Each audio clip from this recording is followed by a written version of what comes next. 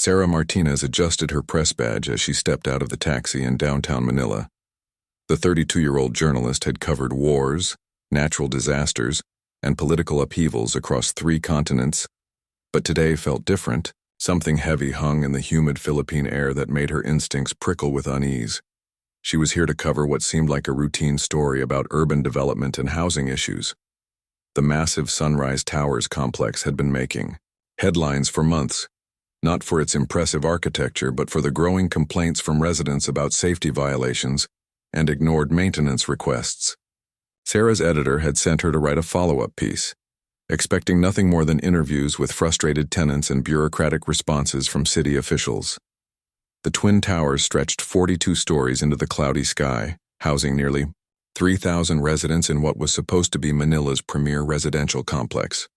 From the outside, the buildings looked impressive with their gleaming glass facades and modern design. But Sarah had learned long ago that appearances often masked darker truths. As she approached the main entrance, Sarah noticed several residents gathered in small groups, their voices carrying worry and frustration. She introduced herself to Maria Santos, a mother of 2 who had been living on the 15th floor for 3 years. The elevators break down every week, Maria explained, shifting her infant son to her other hip. Last month, Mrs. Chen got trapped for 6 hours between floors. The maintenance crew said they fixed it, but nothing really changes. Sarah took detailed notes as Maria led her through the lobby. The marble floors were polished, but she could see water stains on the ceiling and cracks in some of the walls that had been painted over repeatedly. The security desk was staffed, but the guards seemed more interested in their phones than monitoring who entered and left. The real problem is the fire safety system, Maria continued as they waited for an elevator. Half the emergency exits are locked or blocked by storage. The fire alarms go off so often for no reason that most people just ignore them now. This caught Sarah's attention immediately. In her years of reporting, she had covered too many tragedies that started with ignored warning signs. She made a mental note to investigate the building's safety certifications and inspection records. The elevator arrived with a concerning grinding noise. As they rode up to the 15th floor, Sarah felt the car shake slightly between floors. Maria didn't seem to notice anymore. She had clearly gotten used to the building's quirks. "My husband wants us to move," Maria said as they walked down a narrow hallway lined with apartment doors. "But we can't afford to break our lease, and finding another place in the city is nearly impossible with the housing shortage." Sarah spent the next 2 hours interviewing residents throughout the building. The stories were remarkably consistent. Maintenance requests went unanswered for months. Safety concerns were dismissed by building management, and rent kept increasing, despite deteriorating conditions. Mrs. Chen, the elderly woman who had been trapped in the elevator, showed Sarah photos on her phone of water damage in her apartment from a leak that had been temporarily fixed 7 times. A young father named Roberto pointed out how the emergency lighting in the stairwells was either broken or missing entirely. "We've filed complaints with the city housing department," Roberto explained, "but nothing happens. The building management company has connections, you know. Our voices don't matter." Sarah recognized the familiar pattern of institutional neglect and corruption that she had encountered in stories around the world. What made this different was the scale. Thousands of people were potentially at risk, including hundreds of children and elderly residents. As afternoon turned to evening, Sarah decided to visit the building management office on the ground floor. The receptionist, a young woman who looked nervous when Sarah introduced herself as a journalist, said the manager was unavailable for comment. "Can you at least provide me with copies of the most recent safety inspections?" Sarah asked politely. "I'm sorry, but those documents are confidential," the receptionist replied, avoiding eye contact. Sarah had expected this response. In her experience, transparency was often the first casualty when organizations had something to hide. She thanked the receptionist and headed back outside to make some phone calls. Standing in the small park across from the towers, Sarah contacted her sources at the city building department. After several transfers and long holds, she managed to speak with an inspector who was willing to talk anonymously. "Sunrise Towers has been on our watch list for 2 years, the inspector told her quietly. "We've issued multiple violations, but somehow they always get appealed or delayed. The company that owns the building has very expensive lawyers. What kind of violations? Sarah asked, pulling out her notebook. Fire safety systems, structural issues, electrical problems. You name it. The most recent inspection found that over 60% of the emergency exits were non-compliant. But that report hasn't been made public yet. Sarah felt her journalistic instincts sharpening. This wasn't just a story about tenant complaints. This was a potential disaster waiting to happen. She thanked the inspector and immediately called her editor to request an extension on her deadline. As the sun began to set, Sarah decided to take one more walk around the building's perimeter. She wanted to get a better sense of the emergency access points and fire department response routes. What she found made her stomach clench with worry. Several of the external fire escapes were partially blocked by air conditioning units and storage containers. The building's main fire department connection was hidden behind overgrown landscaping and would be difficult for emergency responders to locate quickly. Most concerning of all, she noticed that many residents had installed security bars on their windows, barriers that could trap people inside during an emergency. Sarah stood on the sidewalk, looking up at the thousands of lit windows where families were settling in for the night. Children were doing homework. Parents were cooking dinner. Elderly residents were watching television. None of them knew that the building they called home was a maze of safety violations and ignored regulations. She made a decision that would change everything. Instead of returning to her hotel to write a standard investigative piece, Sarah would spend the night in the building. She had learned to trust her instincts over the years, and something told her that this story was far from over. Maria had offered to let her stay on the couch if she wanted to continue her interviews in the morning. Sarah called her editor to explain her plan, then headed back into Sunrise Towers as the security guards changed shifts. What she didn't know was that in less than 12 hours, those same instincts that had kept her alive in war zones would be the only thing standing between 3,000 residents and a catastrophe that would test every lesson she had learned about survival, leadership, and the power of human courage under pressure. Sarah woke up at 3:47 a.m. to the sound of Maria's baby crying in the next room. She had been sleeping lightly on the small couch, her reporter's instincts keeping her alert even in rest. But as she sat up in the darkness, she realized it wasn't just the infant's cries that had awakened her. There was a smell in the air, faint but unmistakable. Smoke. She quietly got up and moved to the window, pressing her face against the glass to look down at the street below. Everything appeared normal. The late-night security guard was at his desk in the lobby, and a few taxis moved slowly down the empty street. But the smell was getting stronger. Sarah had covered enough fires to know that in high-rise buildings, smoke could travel through ventilation systems and elevator shafts long before flames became visible. She grabbed her phone and quietly stepped out into the hallway. The smell was much stronger here. She could see a thin haze beginning to form near the ceiling, and her trained nose told her this wasn't cigarette smoke or cooking odors. This was the acrid smell of burning electrical equipment and plastic. Moving quickly but quietly, Sarah knocked gently on Maria's door. When the young mother appeared, still groggy from sleep, Sarah spoke in a calm but urgent whisper. "Maria, I think there might be a fire in the building. Can you smell the smoke?" Maria's eyes widened as she stepped into the hallway and inhaled. "Oh my God. What do we do?"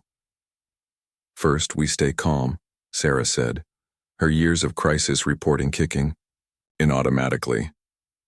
"Wake your family quietly and get everyone dressed. Don't use the elevators under any circumstances. I'm going to check on other residents and try to figure out where this is coming from." Sarah began knocking on doors along the 15th floor, keeping her voice low but insistent. Most residents were initially confused or annoyed at being awakened, but the growing smell of smoke quickly convinced them that something was seriously wrong. Mrs. Chen appeared at her door in her nightgown, immediately alert despite her age. "I was a nurse for 40 years, she told Sarah quietly. "How can I help?" Within 10 minutes, Sarah had awakened nearly everyone on the floor. But as they gathered in the hallway, a chilling realization began to set in. The fire alarms hadn't sounded. "The system must be malfunctioning," Roberto said, holding his 6-year-old daughter close. This is exactly what we were afraid of. Sarah tried calling the building's emergency line but got only a busy signal. She then dialed the fire department directly, giving them the building's address and explaining the situation. The dispatcher assured her that units were being dispatched. But Sarah knew from experience that in Manila's dense traffic, emergency response times could be unpredictable. "We can't wait for help," she told the growing group of residents. "We need to start evacuating now, floor by floor."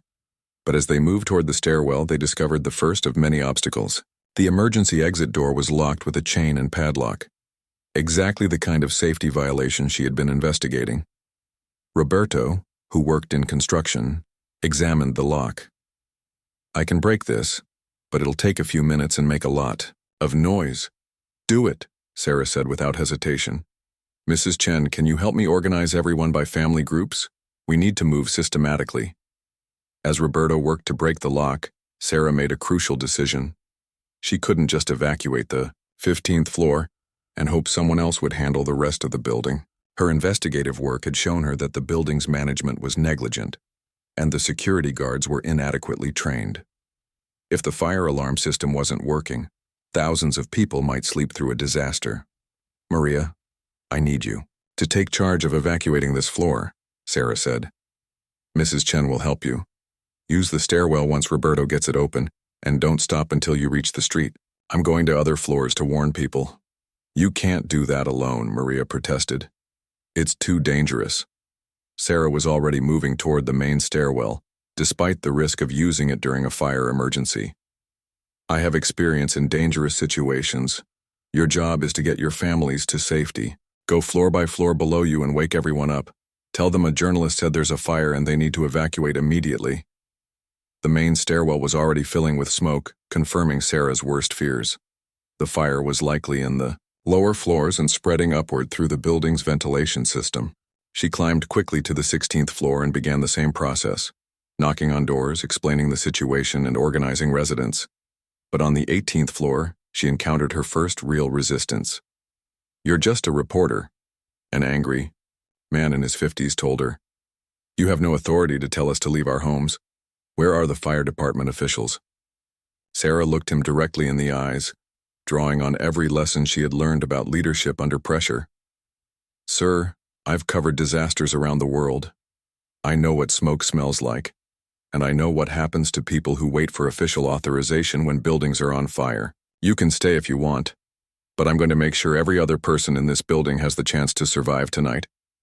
Her calm confidence seemed to cut through his skepticism. Within minutes, he was helping her knock on doors and organize his neighbors. Floor by floor, Sarah worked her way upward. The smoke was getting thicker and she could hear the first sounds of sirens in the distance. But she also began to hear something else. The sound of panic from the lower floors as people discovered that many of the emergency exits were blocked or locked. On the 25th floor, she met David Kim, a former military officer who immediately understood the gravity of the situation. "I've been trying to call building security for 20 minutes, he told her. No answer. "The elevators have stopped working and the smoke is getting worse." "How many floors above us?" Sarah asked, wiping sweat from her forehead. 17 more. Probably around 800 people. Sarah felt the weight of that number. She had covered wars where hundreds of lives hung in the balance, but she had always been an observer, not a participant. Now she was making decisions that could determine whether families lived or died. "We need to split up," she told David. "You take floors 26 through 35. I'll handle 36 to 42. Tell everyone to use the emergency stairs on the east side. The west side is filling with smoke. And David, tell them to help each other. Elderly people, families with small children, anyone with disabilities, they need assistance getting down 40 floors." As Sarah climbed higher into the building, the situation became more dire. The smoke was now thick enough to make breathing difficult, and she could hear the first signs of actual flames somewhere below. Her phone had lost signal, cutting off her communication with the outside world. But she also began to witness something extraordinary. Ordinary people rising to meet an extraordinary crisis. Neighbors who had never spoken to each other were helping carry elderly residents down countless flights of stairs. Teenage boys were taking turns carrying small children. Families were sharing water bottles and helping those who were struggling with the smoke. By the time Sarah reached the 40th floor, her voice was hoarse from shouting warnings and her legs were shaking from climbing and descending stairs repeatedly, but she could see that her improvised evacuation system was working. Streams of residents were moving steadily down the emergency stairwells, helping each other navigate in the increasing darkness as the building's power began to fail. On the 42nd floor, the highest residential level, Sarah found 12 families who had barricaded themselves in their apartments, terrified by reports of the fire below. "The stairs are full of smoke," a terrified mother told her through a partially open door. "We're going to wait for the fire department to rescue us from the roof."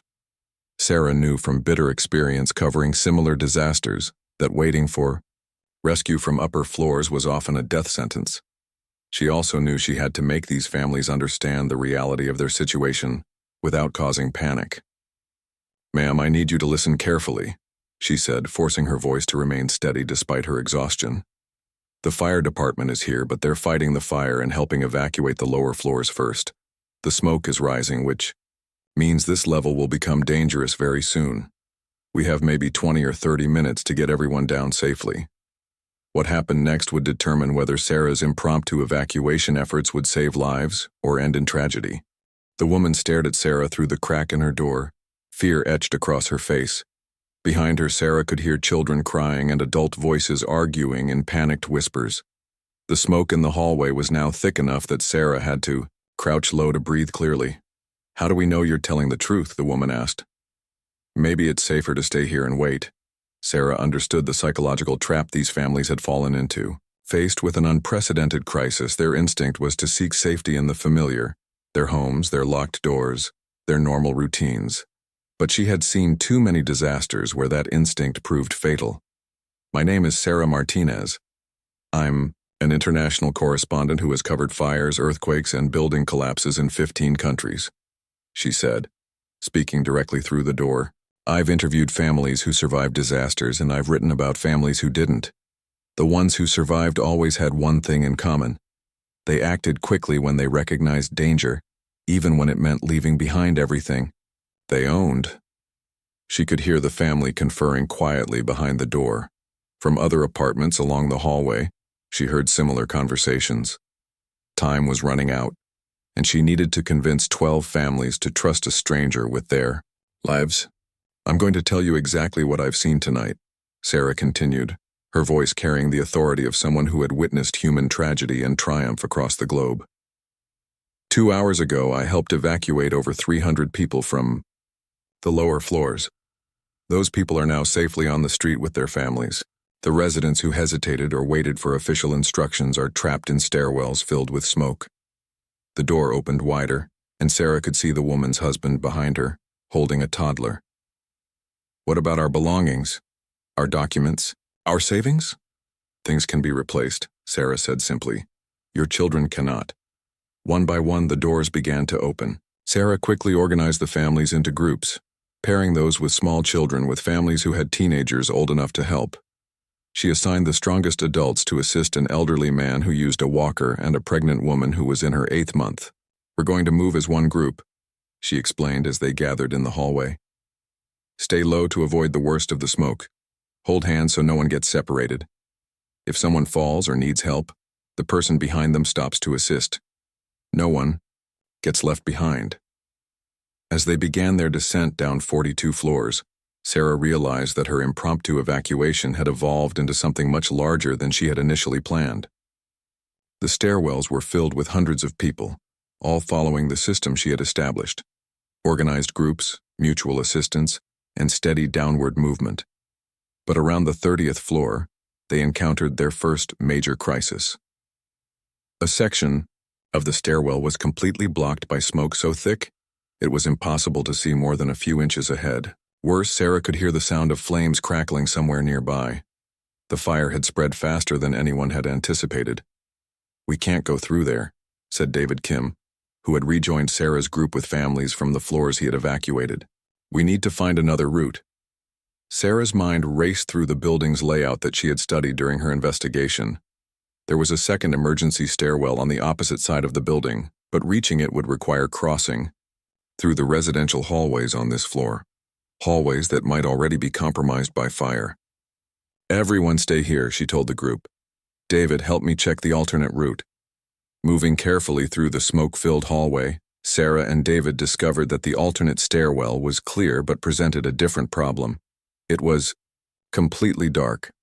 The building's emergency lighting system had failed, leaving the stairs in total blackness. "We can't lead families with small children down 30 floors in complete darkness," David said. Sarah pulled out her phone and activated its flashlight. The battery was down to 15%. Around them, she could hear other people doing the same thing. The faint glow of cell phone lights creating small pools of illumination in the darkness. "We have to try," she said. "It's either this or wait for the main stairwell to clear, and I don't think we have that kind of time." What happened next demonstrated the extraordinary power of human cooperation under extreme circumstances. Without any formal organization or authority figure, the evacuees began to self-organize into a system that maximized their limited light sources. People with full phone batteries positioned themselves at regular intervals down the staircase, creating a chain of light.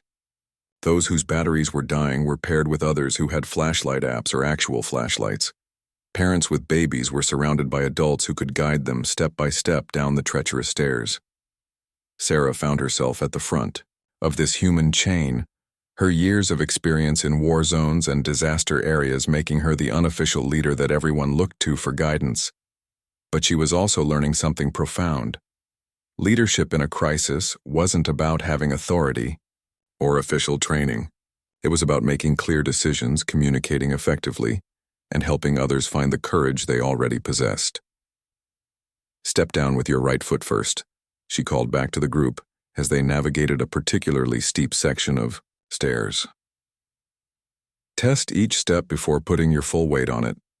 Use the handrail, but don't depend on it completely." Floor by floor, they descended. Sarah could hear similar groups in the main stairwells, hundreds of voices creating a steady murmur of encouragement, instruction, and mutual support. In the darkness, she couldn't see their faces, but she could hear their humanity.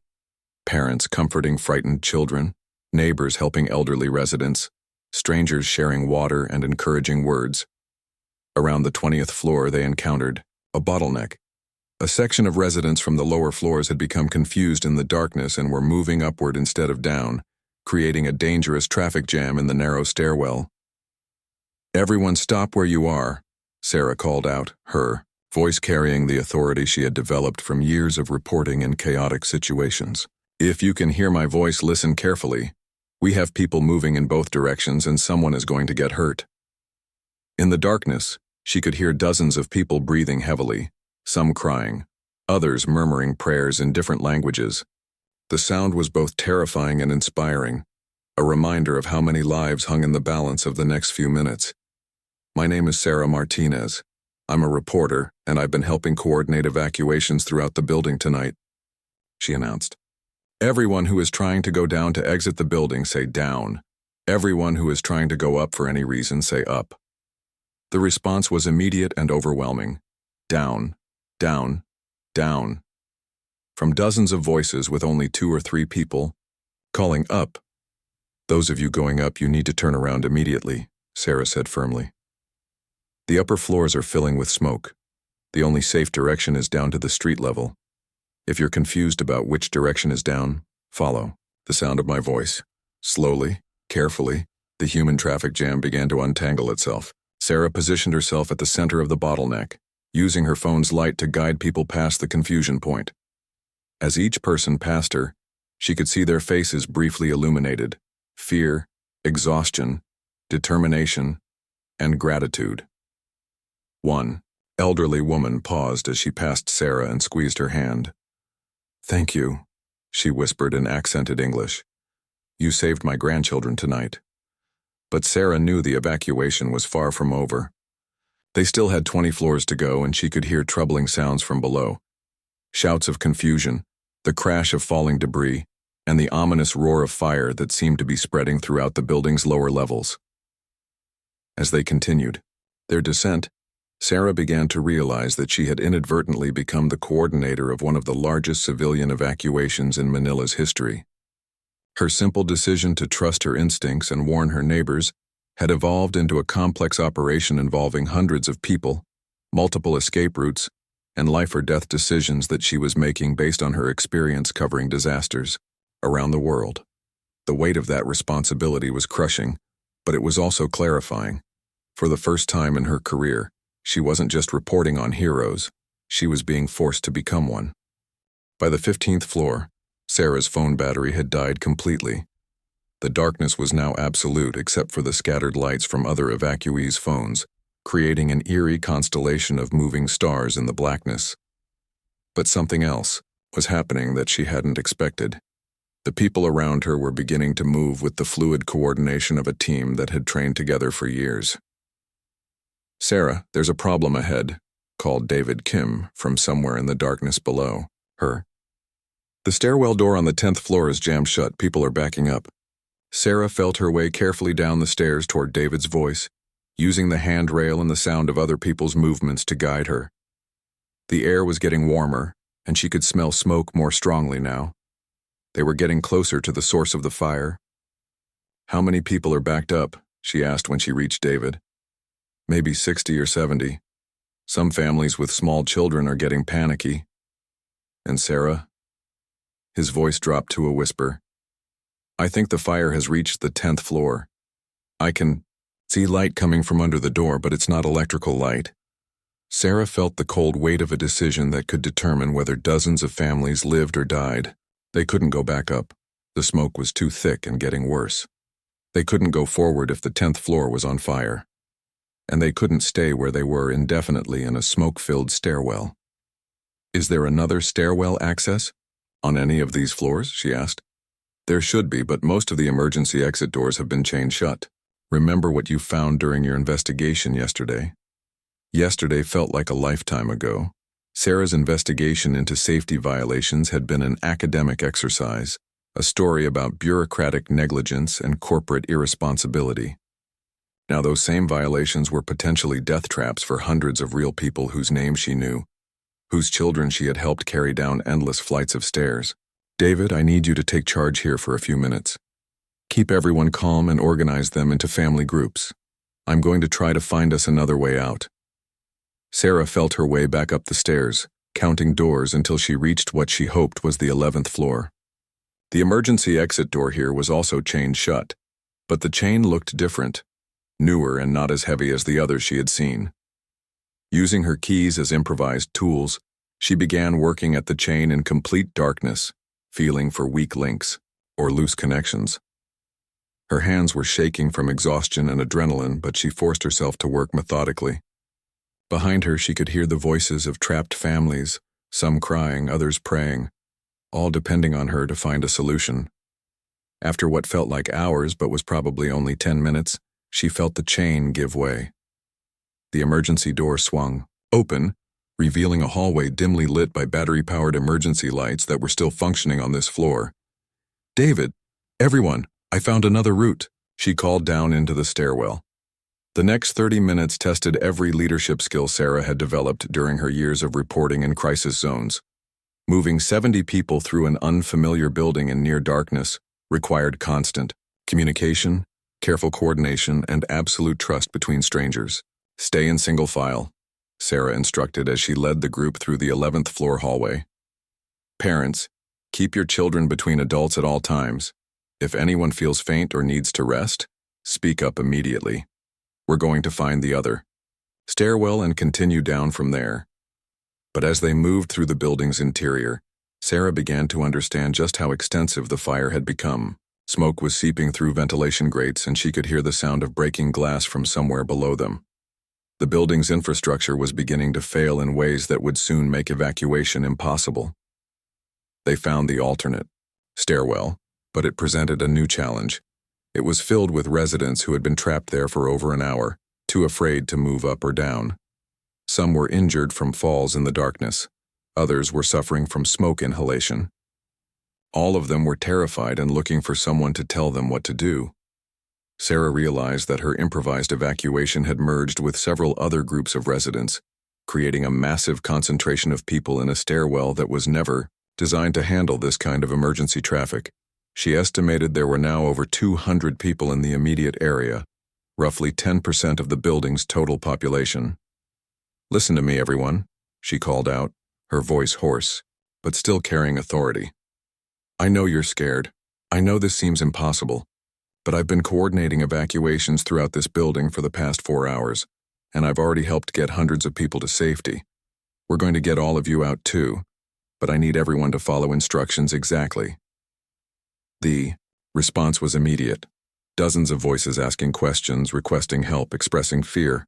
Sarah realized that she needed to establish clear communication protocols that would work in the darkness and chaos.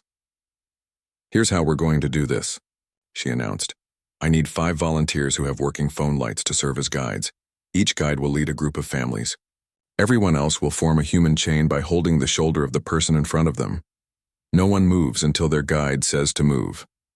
No one stops unless someone is injured or needs help." What amazed Sarah was how quickly people organized themselves according to her instructions.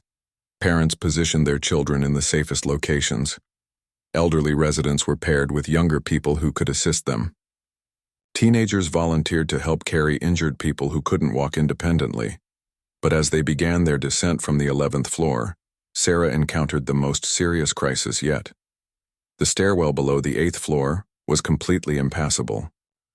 Not just filled with smoke, but actually blocked by debris from a partial collapse of the building's internal structure. "We can't go any farther down," reported Miguel Santos, one of the volunteer guides who had scouted ahead. "There's rubble blocking the stairs, and I can see flames on the other side." Sarah felt the weight of 200 people depending on her for a solution she didn't have. They were trapped between floors in a burning building, with no obvious escape route and no way to communicate with emergency responders outside. "Everyone sit down where you are and conserve your energy," she instructed, fighting to keep panic out of her voice. "Guides, I need to talk with you privately." The 5 volunteer guides gathered around Sarah in the darkness. These were ordinary residents who had stepped up to become leaders in an extraordinary situation. Miguel Santos, a construction worker; Jennifer Wu, a nurse; Dr. Reginald Okoye, a pediatrician; Susan Martinez, a teacher; and James Chen, a computer programmer. "We need options," Sarah told them quietly. "What do you know about this building's layout that might help us find another way out?" Dr. Okoye spoke first. "There's a maintenance level between the 6th and 7th floors. I've seen the janitors use it. There might be another stairwell or emergency exit there." Jennifer Wu added, "The building plans posted in the lobby showed a freight elevator that runs on a separate system from the passenger elevators. If the power grid is intact on that system, it might still be working." Sarah felt a spark of hope, but she also knew that exploring these options would require someone to leave the group and scout ahead. A dangerous reconnaissance mission in a building that was actively burning and structurally compromised. "I'll go," she said without hesitation. "No," Miguel Santos said firmly. "You're the one everyone trusts to coordinate this evacuation. If something happens to you, 200 people lose their leader. I'll do the reconnaissance." "We'll both go," Sarah decided.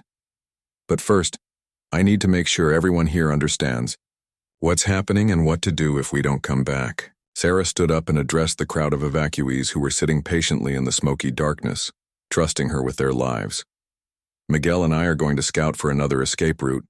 While we're gone, Dr. Okoye is in charge. If you hear us calling from below, follow Jennifer Wu down the stairs.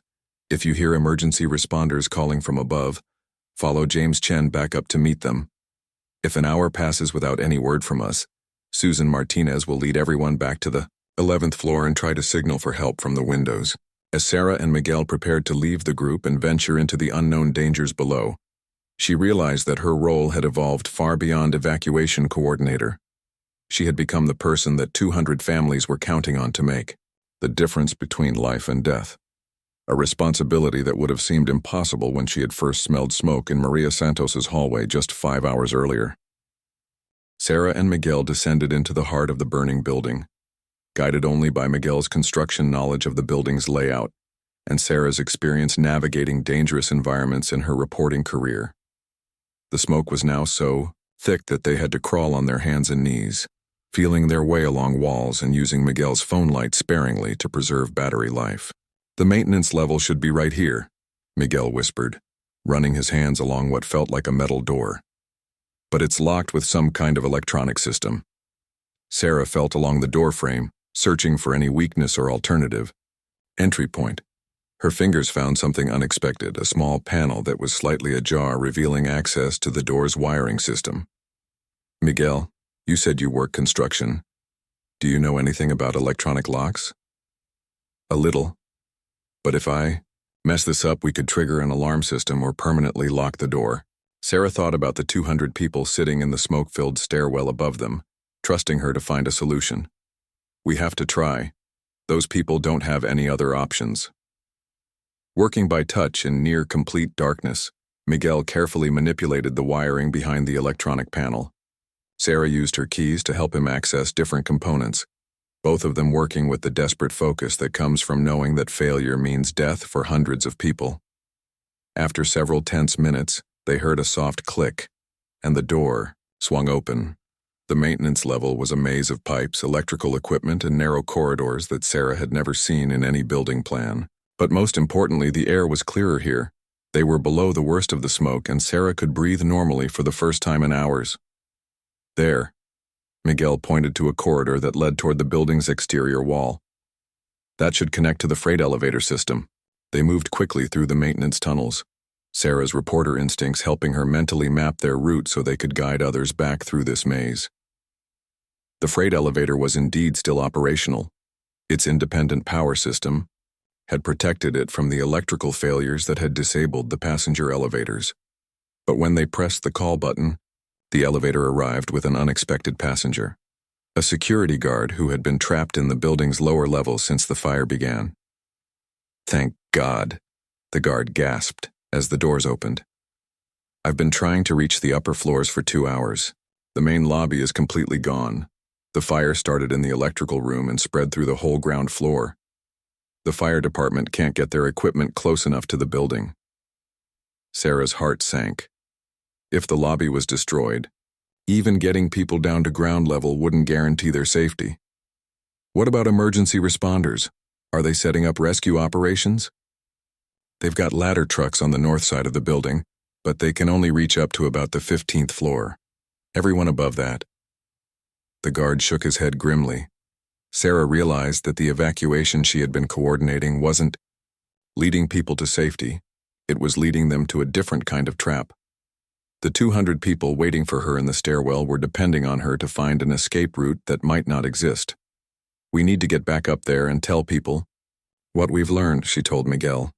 "But we also need to figure out how to get everyone to the north side of the building where the fire trucks can reach them." The ride back up in the freight elevator gave Sarah precious minutes to think. She had covered enough disasters to know that the most dangerous moment in any rescue operation was when people realized that their original escape plan wouldn't work. Panic could kill more people than the fire itself. When they reached the stairwell where the evacuees were waiting, Sarah was amazed to see that Dr. Okoye and the other volunteer guides had not only maintained order, but had actually improved their situation. They had organized the families into smaller groups based on physical capabilities, distributed the remaining water and food that people had brought with them, and even set up a basic triage system for people who were suffering from smoke inhalation. "What did you find?" Dr. Okoye asked immediately. Sarah explained the situation as clearly and calmly as she could. The maintenance level provided access to a working freight elevator, but the main lobby was destroyed, and the only rescue operations were on the north side of the building. "How far is it from the freight elevator to the north side?" asked Jennifer Wu. "Maybe 200 yards through hallways that may be filled with smoke," Sarah replied. "And we'd have to move everyone through the maintenance level first, which means crawling through spaces that are barely big enough for one person at a time." The volunteer guides exchanged glances in the dim light from their phones. Sarah could see them processing the same calculation she had already made. Moving 200 people through those conditions would take hours, and some people, the elderly, The very young, those already suffering from smoke inhalation, might not survive the journey. There has to be another option, said James Chen. What about the roof? Could helicopters reach us there? Sarah had considered this possibility, but her experience covering disasters in urban environments made her skeptical. Manila's fire department has helicopters, but they're primarily for reconnaissance and water drops. I don't think they have the equipment for rooftop evacuations of this scale. But even as she spoke, Sarah realized that they might not have a choice. The freight elevator could take people up as well as down, and the roof would at least get them away from the smoke and give them a chance to signal for help. Let's try both approaches, she decided. Jennifer, can you take the families with small children and elderly residents down through the maintenance level toward the north side? Miguel, you know the route. Guide them. Dr. Okoye, James, and Susan, help me get everyone else up to the roof. We'll try to attract attention from emergency responders and see if we can coordinate a helicopter rescue. What happened next demonstrated the extraordinary courage and selflessness that ordinary people can display in extraordinary circumstances.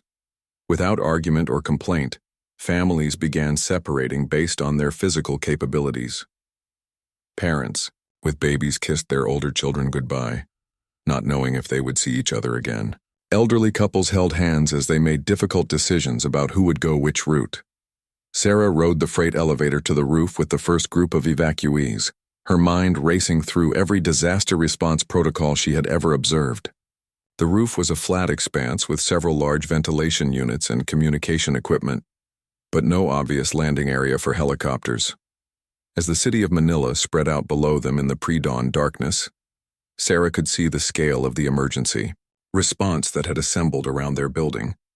Fire trucks, ambulances, and police vehicles filled the streets with flashing lights. News helicopters circled at a safe distance. But she could also see how small their building looked in the context of the entire city, just one emergency among many in a metropolis of millions. Sarah, look, called James Chen from across the roof. There's a maintenance shed over here with emergency flares and signaling equipment. Sarah had covered enough military operations to know how to use emergency flares effectively. Within minutes, they had created a clear signal pattern on the roof that would be visible to aircraft and emergency responders on the ground. But she also knew that visible signals were only useful if someone was looking for them and equipped to respond. Her phone, which had been dead for hours, suddenly chimed with a weak signal as they reached the highest point of the building, on D. Had just enough battery life for one call, and she used it to contact the Manila Fire Department's Emergency Coordination Center. This is Sarah Martinez, international correspondent. I'm on the roof of Sunrise Towers with approximately 100 evacuees. We have emergency flares active and are requesting immediate helicopter evacuation. There are another 100 people attempting ground evacuation through the building's north side. The response was immediate and professional. Ms. Martinez, we have you on visual. Military helicopters are en route for rooftop evacuation. Estimated arrival 15 minutes. Can you organize evacuees into groups of 10 for helicopter loading? As Sarah hung up and shared the news with the people around her, she realized that her role in this disaster was far from over. The most dangerous part of any helicopter evacuation was the loading process itself, coordinating frightened civilians around aircraft in dark, windy and chaotic conditions. But she also realized something else. Somewhere in the past 6 hours, she had stopped thinking of herself as a reporter covering a story, and had become someone who was writing a story with her actions. The line between observer and participant had disappeared completely, and she was now responsible for the final chapter of an evacuation that would either be remembered as a miraculous rescue or a terrible tragedy. The first helicopter appeared on the horizon as a distant speck of light, growing larger against the gray dawn sky. Sarah had organized the rooftop evacuees into groups of 10, each led by one of the volunteer guides who had helped coordinate the evacuation throughout the night. But as the aircraft approached, she realized that her years of covering military operations hadn't fully prepared her for the responsibility of managing a civilian helicopter evacuation in crisis conditions. The downdraft from the helicopter's rotors created a windstorm on the roof, scattering debris and making it difficult for people to stand upright. The noise was overwhelming, drowning out Sarah's attempts to give instructions. Small children clung to their parents in terror, and several elderly evacuees had to be supported to prevent them from falling. Everyone get down on their knees and, "Hold on to each other," Sarah shouted over the roar of the helicopter. "Don't stand up until the aircraft has landed completely." The military helicopter pilot was clearly experienced in emergency evacuations, but even so, the landing was precarious. The building's roof had not been designed as a helicopter pad, and the pilot had to navigate around ventilation equipment and communication towers while dealing with unpredictable wind patterns created by the building's height and the rising heat from the fire below. As the first group of 10 evacuees approached the helicopter, Sarah saw something that made her heart sink. Dr. Okoye was not among them. She quickly counted the people on the roof and realized that they were missing nearly 20 evacuees who should have been in the groups assigned to rooftop evacuation. "James, where is Dr. Okoye's group?" she called to James Chen, who was helping guide people toward the helicopter. "They never made it up from the stairwell," James shouted back. "The freight elevator stopped working about 30 minutes ago." Sarah felt the crushing weight of a decision that would define the rest of her life. The helicopter could evacuate the people who had made it to the roof, but 20 families were still trapped in the building below, including Dr. Okoye, who had become one of her most trusted coordinators during the evacuation. As the first group of evacuees climbed aboard the helicopter, Sarah made a choice that surprised even herself. Instead of boarding the aircraft to safety, she ran toward the roof access door. "Sarah, where are you going?" James Chen called after her. "I'm not leaving without Dr. Okoye's group," she shouted back. "Get everyone else onto the helicopters. I'll be back." The journey back down into the burning building was like descending into hell. The smoke was now so thick that Sarah couldn't see her own hands in front of her face. The heat was intense enough to make breathing painful, and she could hear the building's structure groaning under the stress of the fire. She found Dr. Okoye's group trapped on the 9th floor, where a section of the stairwell had collapsed, blocking their path both up and down. 20 people, including several families with small children, were huddled in the hallway, suffering from smoke inhalation and beginning to lose hope. "Sarah." Dr. Okoye's voice was hoarse but filled with relief. "We thought everyone had forgotten about us." "No one gets left behind," Sarah said, though she had no idea how she was going to make good on that promise. The collapsed stairwell meant they couldn't reach the freight elevator or the main evacuation routes. But Sarah remembered something. From her exploration with Miguel, the maintenance level had multiple access points, and one of them was supposed to connect to the building's fire escape system. "Dr. Okoye, I need you to help me get everyone to the exterior wall. There should be a fire escape that connects to the maintenance level." What followed was the most harrowing part of an already impossible night. Sarah and Dr. Okoye led 20 people through smoke-filled hallways toward an emergency exit that might not exist, might be blocked, or might lead to a fire escape that was too damaged to use. But when they reached the exterior wall, Sarah felt a rush of cool air that told her they had found a way out. The fire escape was old and narrow, designed for emergency, used by maintenance workers rather than mass evacuation, but it was intact and led directly down the outside of the building. "Everyone will have to go one at a time," Sarah explained. "The fire escape can't support the weight of multiple people. Dr. Okoye will go first to guide people at the bottom. I'll stay here until everyone else has gone down." One by one, the EAEA trapped families climbed out onto the fire escape and began their descent down the exterior of the burning building. Sarah could see that several helicopters were now working the rooftop evacuation, and fire department ladder trucks had reached the lower floors on the north side of the building. But as the last family prepared to use the fire escape, Sarah heard a sound that made her blood run cold. The building's structure was beginning to fail. Metal beams were snapping under the heat stress, and she could hear the concrete beginning to crack and shift. "Dr. Okoye, everyone needs to move faster," she called down the fire escape. "The building is becoming unstable."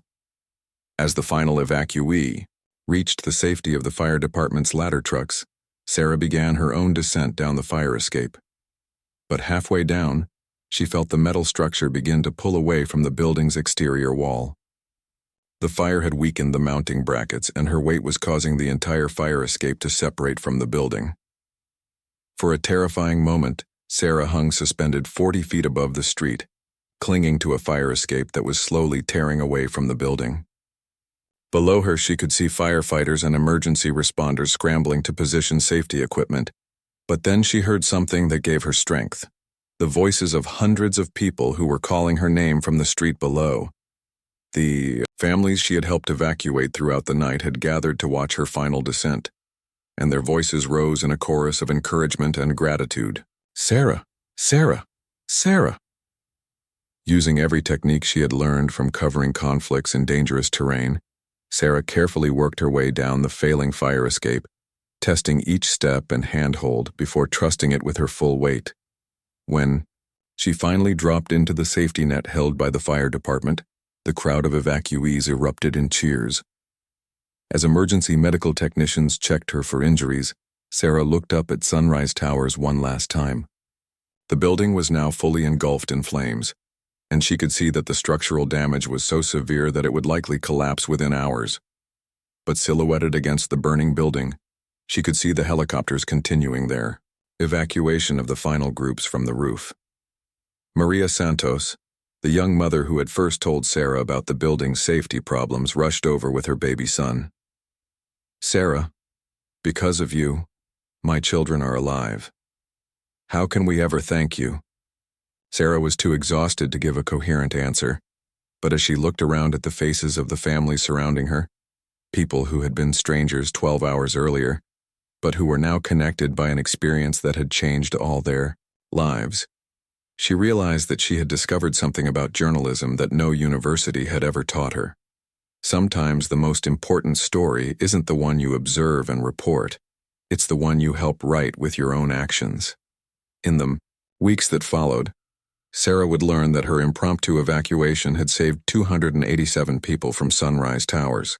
The building's official emergency response system had failed completely due to neglected maintenance and code violations, exactly as her investigation had predicted. Without her intervention, the fire department estimated that hundreds of residents would have died in their sleep, never knowing that their building was burning around them. The international media coverage of the Sunrise Towers evacuation would establish Sarah as one of the world's leading journalists covering urban disasters and emergency response. But for Sarah herself, the real story wasn't about her heroism or leadership under pressure. The real story was about what happens when ordinary people discover that they have extraordinary courage when the lives of their neighbors depend on it. Maria Santos, who had become an advocate for building safety reform, Dr. Okoye, who had organized community emergency response training programs, Miguel Santos, who had started a construction company specializing in retrofitting older buildings with modern safety systems. In her final article about the Sunrise Towers fire, Sarah wrote, "I came to Manila to investigate building safety violations. I ended up learning that the real story wasn't about bureaucratic negligence or corporate irresponsibility. It was about the fact that when crisis strips away everything else, what remains is our fundamental responsibility to take care of each other." The article won International Journalism Awards and led to significant reforms in building safety regulations throughout the Philippines. But Sarah kept the most important recognition on her desk: a simple thank you card signed by 287 people, whose lives had been changed by a reporter who decided that some stories are too important to observe from the sidelines.